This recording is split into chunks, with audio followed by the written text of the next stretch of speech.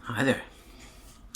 So, let's just backtrack now a little bit on some of these events that have taken place over this last couple of months that's locked down the entire nation, or supposedly, I think in England, they're basically giving it the old, we've got our fingers still to the French, but of course that's to the government, so that might as well be French, it's a foreign entity. What does it matter? No offence to you French, of course, we're way past that now, I think. So if we just look, we had the Davos meeting earlier this year, and people in Italy were reporting about extremely negative feeling for I think about 24 hours. And of course, the rituals that would have been taking part there in Davos, which would have been headed there, but they would have been mimicked across the world by these satanic forces to enter that energy into the grid, as it were, the energy grid of the earth. So we certainly felt very close to Davos by many people. We get to January the 30th, and the WHO Director General determines that the outbreak constitutes a public health emergency of international concern. So, the figures when that was announced, there was 6 reported cases in the US, 3 cases in Canada, and 2 cases in the UK. Yeah, did you get that?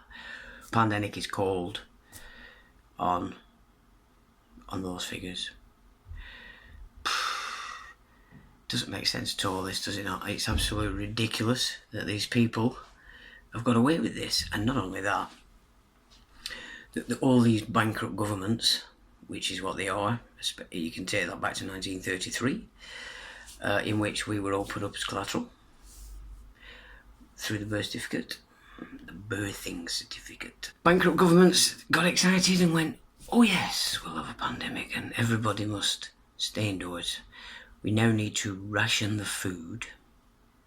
And of course, let's not forget that the initial videos that were carried out showing supermarket shelves empty were empty because the supermarkets hadn't put the product on the shelves.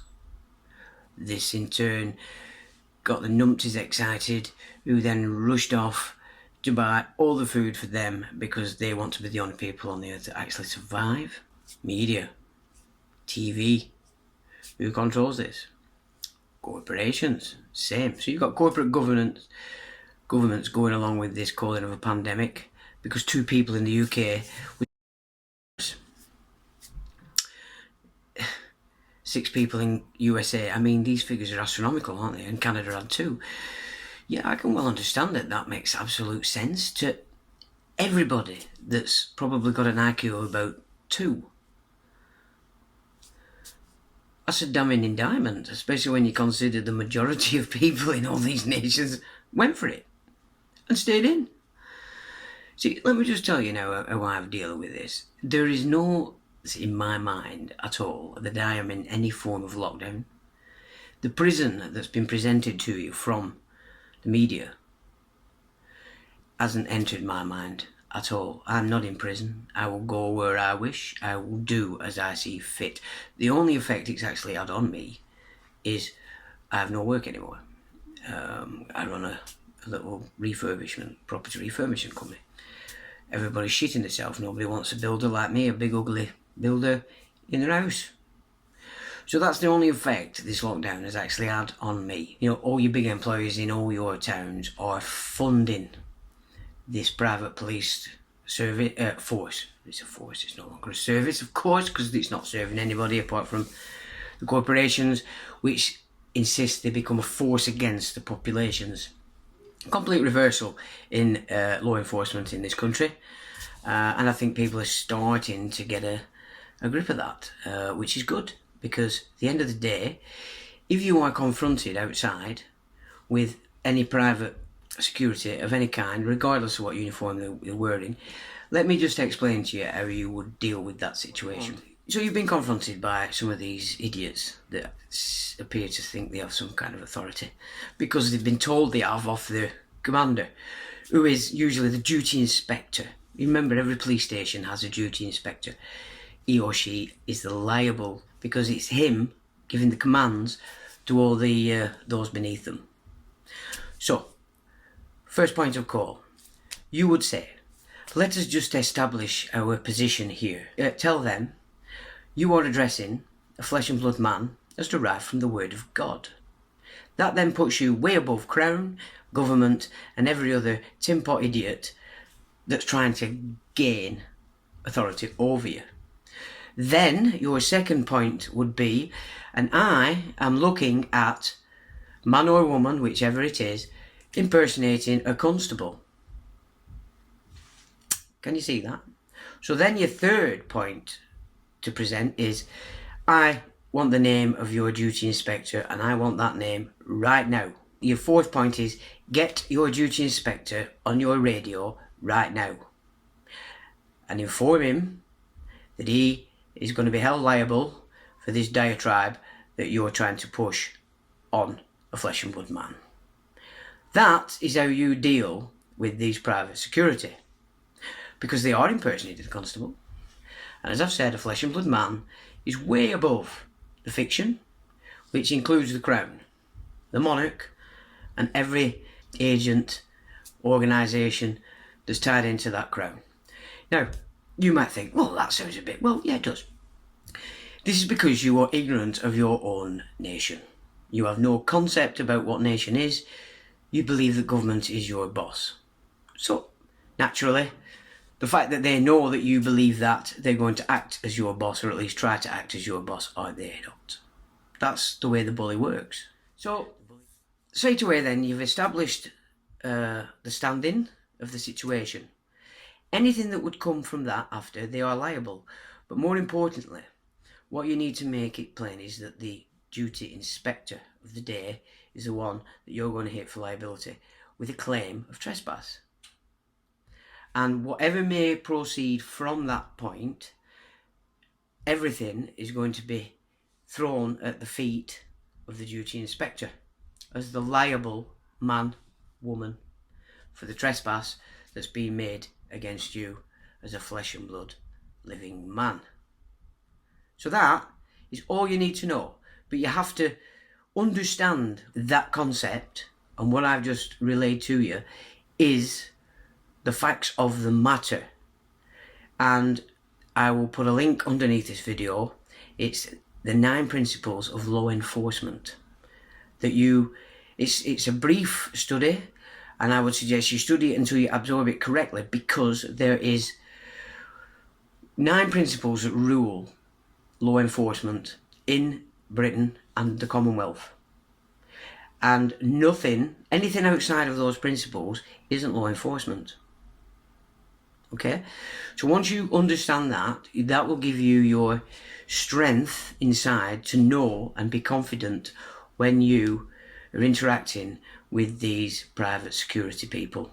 In doing so, you're going to force the back under law enforcement, because the duty is incumbent on citizen as well as a constable to service the law. That's your duty as much as it is a constable. A constable is just paid to give it full-time attention. It's that simple. But all the duties that a constable enforces is only within servicing the law. So if they're acting contrary to that, you have all the authority because you are servicing the law, you presented the facts, and therefore you have the authority in the situation. And like I said, you read those principles so that you're confident, that you understand your position, and let's start to make these positions for these duties inspectors untenable. Because if you're starting to make a claim of trespass in law, they're in big trouble. They're in big trouble. Okay? So that also, it lessens the need for you to be angry in the situation, because you're not actually going to be attacking the people, the idiots that are actually trying to gain authority over you. You're not seeing them as at fault. You're going to be looking in your own mind as the duty inspector. And you can keep the thing calm. Now, make sure you record all these interactions. Get them on Facebook, get them wherever you want. But more importantly, you've got that evidence for your claim of trespass. Because if you do this correctly and present that to any judge, you have invoked the correct authority that the judge will have to operate to, not dance off into this legal world of nonsense and silly nonsense, because that's exactly what it is, just garbage to bedaffle you so that he needs to represent you. Well, he's not representing you because he's a court officer.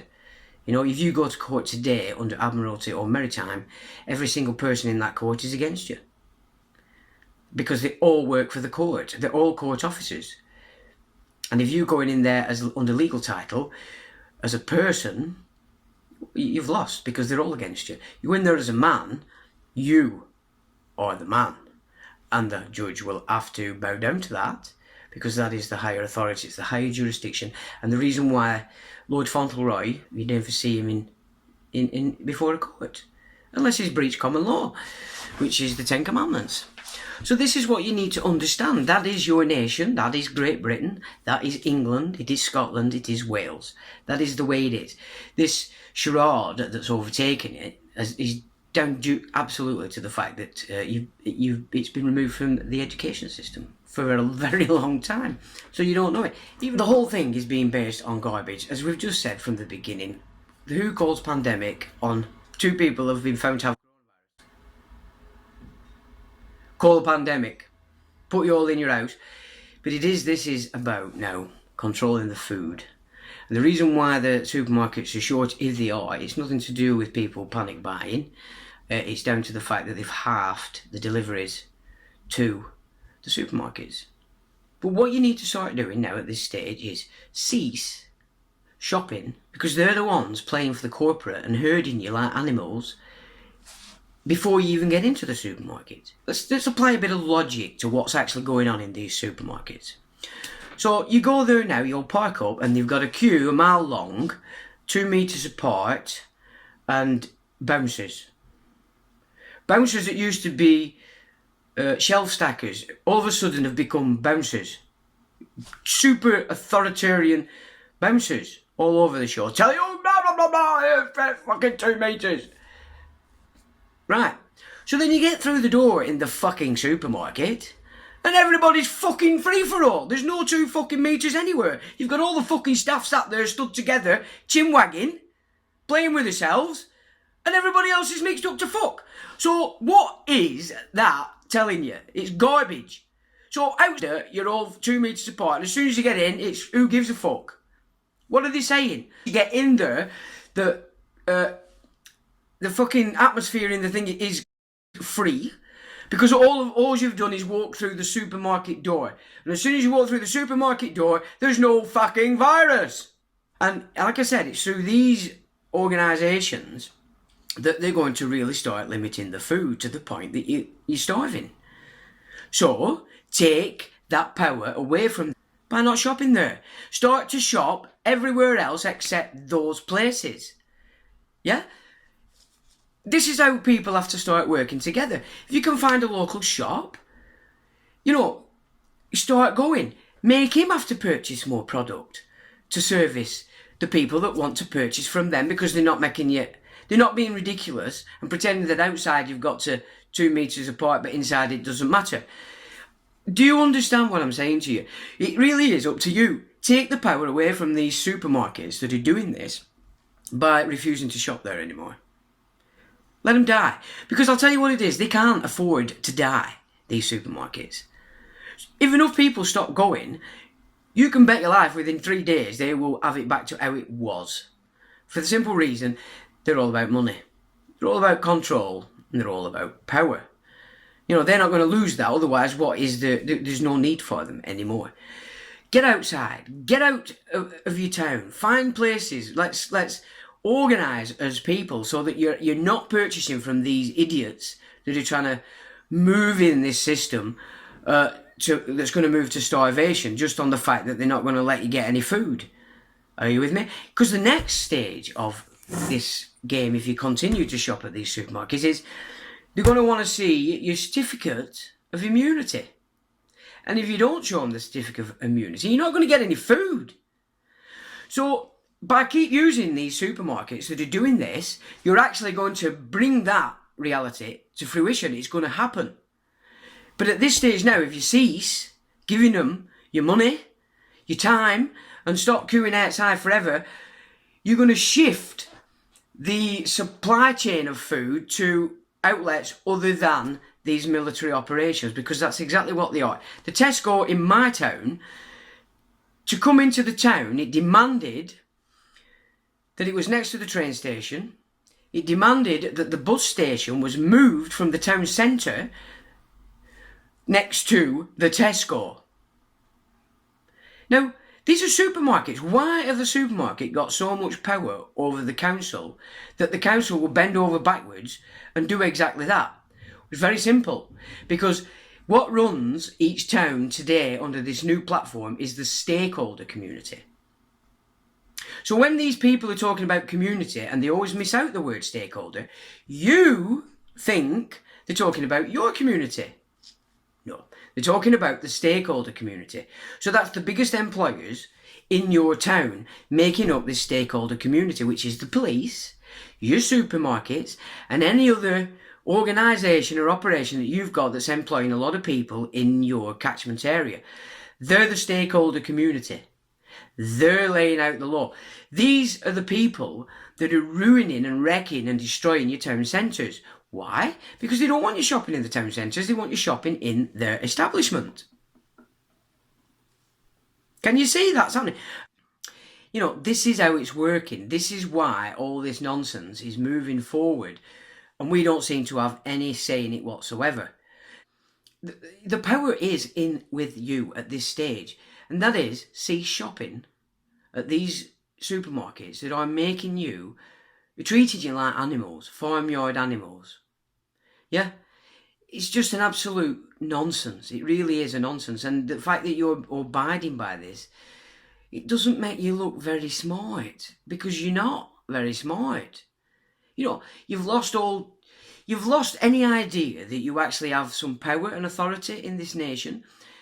You have all the power and authority in this nation, providing you're operating under law. If you are operating within law in this nation, you have all the authority. The problem is, you think government policy is law because the government tells you it is, and the police tell you it is, and any other dickhead who knows fuck all about anything will repeat that. It's not the case at all. The law is very simple. It's very simple, and it is the basic format of law is the Ten Commandments. So unless you're running around murdering folk, killing folk, do you know what I'm saying? You're not actually doing very much wrong. Don't commit fraud. You know, be honest in your agreements. Things work there. Okay, so we've got cultures now in our country that don't operate like that, but they're working against the law, which the book forbids. The fact that they don't understand the difference between law and policy doesn't give them the excuse that they think it gives them. They're acting contrary to law, they're acting contrary to the book, because it's very clear you act within the laws of your host nation. You know, that's on them, it's not on me, it's not on you. That's the way it works. Everybody at the moment is in breach of everything because of ignorance. They don't even actually understand the concepts that they're running around claiming that they hold dear. Government policy is not law. Government policy is for the employees of the government only. So, the trap that they've set you up now, with this claiming the 30 pieces of silver that they're trying to get you to claim for, puts you into contract with this bankrupt entity called HM Government. It puts you into contract with them. Now, they've put that first and forward. Why? I'll tell you why they've done that. Because if you rush off onto that because you're a thick, you lose your right to make a claim against the people that are actually facilitating this, that are supposed to be holding a position to uphold the realm. And so that's Miles Parkinson. Yeah? That's the Crown Agent in this town. He's a proper shithead. A real shithead. Him. He is the liable agent in this town for allowing this trespass. Your MP, Sir Brickcliffe. Okay? She's a Conservative. She is liable for allowing this system to keep going on. It doesn't matter if they don't understand it. It doesn't matter. It's not the point. If you take up an office, you better operate according to that office. And the British realm offices operate according to law, not government policy. In spite of government policies the way it is, nothing is supposed to overturn the realm. Nothing. And no one. That's when you're breaking the law. So, ceasing this idea that you have no power in this game. You have all the power. It just means you have to get off your fat fucking ass, take your fucking pyjamas off, turn the fucking telly off, and get out, fucking look around for other shops, other outlets to buy your food and the products that you need to live. And if telly hasn't told you to do it, you won't do it. So, for you smart people out there, I'm just giving you that little boop, boop, boop, tap on the arse and say, look, this is all we need to do here. Work together, work as a team, as a community. Bearing in mind, we're at the good part of the year in that all the growers are about to start growing. Get yourself known to these people. Start opening up channels where you can purchase from these growers, say in Southport, where they do a lot on Ormskirk. And you start to open your own enterprise to sell food to your community. You know? Let's get back to being business people. And we used to be a nation of shopkeepers. So we used to think in business terms. And when you're a shopkeeper, you open up a channel of products that you need, people want to buy. So you go direct. Go straight to Southport for your vegetables and your fruit. What is stopping you from doing that? And then you sell it to your community. And don't make a huge profit. Why do you need to make a huge profit? Cover your costs. Cover all your costs that you've got. You won't have huge insurances because you don't need to have huge insurances unless you choose to do so. But as you know today, the insurances are pointless. You look at the small print and basically they've covered themselves in every possible reason to say, sorry, you're not covered. Yeah? But, yeah, that's it. You don't read the small print, do you not? No, you don't think it matters, do you? No, it don't matter that small print. I'm only signing a contract. Well, yeah, you're signing a contract and all that small print is the contract. If you sign it, you're contracted. You can't then scratch your eyeballs out. So, stop getting insurance. What do you need insurance for? Sensible insurance is car insurance. That's very sensible for the simple reason, if things go wrong, people get seriously hurt. It's much better if money's available from that policy to deal with whatever situations have come about. So I do get car insurance, not because the government says I have to, because the government can't tell me I have to get insurance to use the highway. Law says I have a right to that highway. But it's a very sensible policy to have insurance when you're driving around in a vehicle that can kill people very easily, whether you're in the car yourself or pedestrians or other people if you hit them. It's a sensible thing. You know, they're running riot with it now, of course, because governments have nicked it, they're putting the prices up, and again, like the supermarkets, it's going to get to a point where, if you've not got your immunity certificate, you can't have it, you can't drive around on highways because you can't fucking do it. Well, they're not call them highways, do they? Call them roads.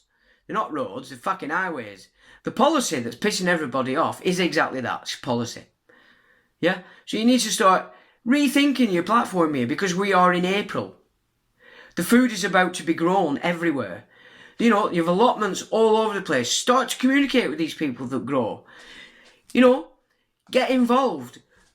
Have an outlet so that when they're growing, there's a sale on for them. It gives them an incentive, and you're helping your community to eat. You're not dependent on these military operations who have one aim with all this, and that is to enforce and bring in this immunity certificate platform that they're demanding to satisfy Bill Gates, Rockefeller, Rothschild. Because the Rothschilds run the Rockefellers, run Bill Gates. If anybody out there still thinks Bill Gates is some kind of genius, there are no billionaires who operate on their own. These are fronts for the banks. The front men for the banks. So everything they're doing, it's the banks. But you believe these... Oh, look at how fantastic he must be. Come on, get a fucking grip, will you? The front men. The banks don't like opposition. They don't like it. Competition, opposition, the banks don't like. Do you think they would allow billionaires to go on like this if they were separate? The last time we had these billionaires that actually could make a difference was the three men, and I forget their names, who were against the First World War and had the power to actually prevent the First World War. And as the story goes, they were enticed onto the Titanic. See you later. Yeah. But that's what I'm saying. That, in my opinion, is the last point at which we had men, individual thinking men, who weren't part of the banking system per se. They were their own people, and they had a fortune to use and use as they saw fit. And yeah. So this is where we need to return to. We need to get it out of the hands of these big operations, because it's the corporate boys that are going to bring in this system. And you can see them all working to it now. You can see it. And all these idiots that are running off for the 30 pieces of silver, they're also abiding by it, but because they're after the cash. They want the money. The only thing they're thinking about is the money. They're not interested in you. They're not interested in anything. They just want the money. That's it. The money. Money, money, money, money. That's all they're after. So, let's start thinking again. Let's start remembering that, okay, the 60s generation, probably the most selfish generation that's ever lived on this earth. Why? Because from the moment they started to earn money, all they wanted was to retire as early as they could and do fuck all, apart from go to Spain or wherever the fuck they went for a suntan. They sold out this fucking nation. They've sold all the petrol stations. They've sold all the shops. Everything outside the corporate boys, which is your big supermarkets, etc., they sold it out. Because they couldn't be fucking arsed to work. They wanted to retire and fuck about, tossing about, playing with themselves. That is a fact. That is the reason we're in this fucking mess. Yeah? They're the generation that sucked on the tit of the state like you wouldn't believe. They've had every benefit. They've had everything you could imagine from this banking state to keep them in that position of absolute obedience to it. And of course, this is the generation we're talking about that believes you went to the moon. Yeah. You went to the moon on a little spaceship. This is why we're in this position, because each generation that's come from the war has just been undermined the minute the minute they merged the blues and swing back in the early 20th century and created jazz. Then they had a serious piece of weaponry there to divert the attention of first the aristocracy, which gave us the roaring 20s. You know, they were into the cocaine. So the debauching of the aristocracy took place in the 20s. And then when we got to the 50s, they wrote the script, basically, for the 60s. And the script that they wrote in the 50s was, don't support and look up to those who are good at business, those who are good at sport, those who are good at operating according to how the nation works well. No, it was put the leather jacket on. Let's all look up to the rebel. Well, what the fuck were they rebelling against, exactly? What were they rebelling against? So you got Hollywood, you got James Dean, all these fucking penises. And they shifted the whole ethos of how we looked and what we supported as people. So the script was wrote through the Beat generation in the 50s. So the 60s, once they launched LSD, you know, the rebellion had already been written. And that's exactly what they all jumped onto. And then, of course, Generation X, which was the offspring of the 60s generation, that were our upbringing. That's what created us. So that by the time we got through the 70s to the 80s, we completely debased our culture by introducing foul language everywhere, spitting, filth, just disgusting. Everything that was filth and disgusting, we jumped on. So, you know, you've got Malcolm McLaren. You've got that stupid bitch, what's she called, running around there. I can't remember her name. But so, and from then, you've got all these pop stars that supported Geldof the Freak, and you threw all your money at them and they destroyed Africa. You know, they actually installed a dictator with that money. This is Bob Geldof. He was warned about it as well. He didn't give a flying fuck. So, you know, it's debasing. Each generation debase, and it's been done through Hollywood and the music culture. And what it does, it puts a wedge between the child and the parent. You know, each generation gets a different script from Hollywood, a different music, a different tone, a different beat, and it takes you off. And that, you know, that's actually what it does. Music is a very, very important modus operandi for how they control people. And then, of course, the younger generations today, they don't even know how to speak their own language. They don't look at women in anything other than whore, bitch, I want to rape you. What the fuck is that? And you trying to tell me that you're, hey man, I'm a fucking man. No, you're a complete tit. You're with me? So this is what's happened with celebrity culture, with the music industry. It has diverted everybody's attention. Boom, boom, boom, boom, boom, boom, boom. Till we get, you know, nobody's been looking at what's important, which is what's actually going on with the nation. To the point we've got today where the corporations are in full control. And what they're doing right now is busy implementing everything that's coming under this pandemic. Called on 2 motherfuckers being virus in the UK. 3 motherfuckers in Canada and 6 people in the United States. That alone tells you and shows you what the power and control is now in this nation and the West and the world. You know, China is a giant corporation. Built at the back end of the Bolshevik Revolution. I mean, this is what people don't realise. And then when the Iron Curtain came down after the Second World War, all we saw was that Iron Curtain, and the entire West was just flooded with this fear of nuclear disaster at any moment. But China was being built at the other side of that wall, and we didn't see it. What we did see is all our industry move from the West to China, the great corporation that they've set up. A lot of your elites... Now, this comes from a Japanese princess from about 12 years ago. That the elites have been breeding with the Chinese elites because they believe them to be the original of their race. They've all moved over to China, to the east. The plan is to destroy the West. And this is the format. We can now see how they intend to do that. Starvation.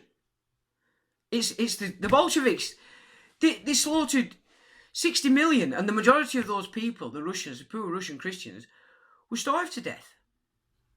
In 1923, that's some 6 years after the 1917 Bolshevik Revolution began, they were so successful at murdering the farmers that they couldn't actually feed themselves to continue the revolution. The Bolshevik Revolution from 1923 was funded from Wall Street on the orders of the inner city of London, the Temple Crown. So the Temple Crown, through its front, the United States of America, funded the Bolshevik Revolution from 1923. What does that tell you? Yeah? Who funded the rise of the Third Reich. Again, based entirely on what was going on in Bolshevik Russia. The reason why the National Socialist Party began was because, fake or not, a young Catholic girl was skinned alive and tortured and mutilated by a butcher who happened to be Jewish, who was grassed up by his own son. His own son said, "My father did this." He was a rabbi, and apparently it was said he'd been done as a blood libel thing. We'll not get into that. But in all intents and purposes, that even looks fake. But that was the start of the Nationalist Socialist Party in Germany. So the hatred between the Catholic and the Jew in Germany began at that point. It changed tack when the Bolsheviks in Russia started to spread into Germany. And this is why the West appeased Hitler in his build-up of his military might, because the entire Western Europe were terrified that these Bolsheviks were going to expand what they'd just done in Russia across Europe. So that's why they appeased Hitler and built him up. You know, you go back and look into who actually funded the Third Reich, or IG Farben, which was Hitler's military machine, and you've got Ford, you've got Boeing, you've got Coca-Cola, you've got Pepsi-Cola, you've got GEC, you've got Northrop Grumman. All these super massive conglomerates in America were funding the Third Reich on behalf of the Temple Crown in the inner city of London. This is Templars. This is the Knights Templar. And let's not forget they did pact with Saladin in 1292, which is why we have a massive influx of this kafir system. They're working together. They're working together. And the intent is to install the Noahide laws. And unfortunately, as good as Trump has been for America in a lot of things he's done, and I like the guy, I've listened to Trump more in this period of lockdown than I have all this since he's been in office. And I have kept a check on him. But rather than looking into what he's doing in America, which is keeping the Americans on side, I've been watching what's going on in the Middle East. And Trump is King Cyrus, the emancipator of the synagogue of Satan. Because King Cyrus, back in the day, built the temple for himself. We're talking Babylon here. We're not talking about Israel. We're not talking about the Hebrew tradition. The temple that was built after the captivity was so on behalf of King Cyrus, who sent 60,000 of the 600,000 that went into captivity back to Israel to rebuild the temple. Okay? That's what happened. That temple was Cyrus's temple. Okay? So it wasn't Hebrew at all. It was Babylonian. So King Cyrus represented Babylon. You know, they're putting Trump up as King Cyrus. Now, there's another thing that people need to know in America about Kushner. I've noted on his hand, he has a simian line. That is when the heart line and the head line on your palms is one. The last leader we had that I knew that was Tony Blair. And what it signifies, if anybody that understands palmistry, is a major conflict between the heart and the head. And certainly shouldn't be in any positions of power, because obviously they're in this life to deal with that conflict between the head and the heart. You don't put people like that in any power. Look at what happened with Tony Blair. Tony Blair, what was that man? Well, a front for Gordon Brown. Gordon Brown was the serious communist. He was the leader of that party, not Tony Blair. Tony Blair was just a front man. And I get that off a very high level guy who was in the spin unit under Alistair Campbell. Okay, and I got that many years ago. Tony Blair was a front, and he had a simian line. Now, who votes in this country? Who block votes Labour? Kafir from the mosques. Why? Because to secure the benefits. So all the wars that Tony Blair enacted against the Muslims in Muslim countries is so against the natives of this land who were protesting everywhere about these wars before they started with Bush. It's because the immigrant population was so big and they were all forced to vote for the Labour Party just for the money handout. They are responsible for the wars against their own religion. And that is a fact. And that is a consequence of them not abiding by the Quran and seeking knowledge, which it commands. It's also a failure of another command of the Quran to operate and work always under the laws of the horse nation. They're not operating under law, they're operating under policy. That's what they're going to do. Cease shopping there now, find other outlets. It'll create other outlets. Other people will get onto it. Will be all have the opportunity to restart our system outside the corporate. That's what's required. And it's required now. Till the next time.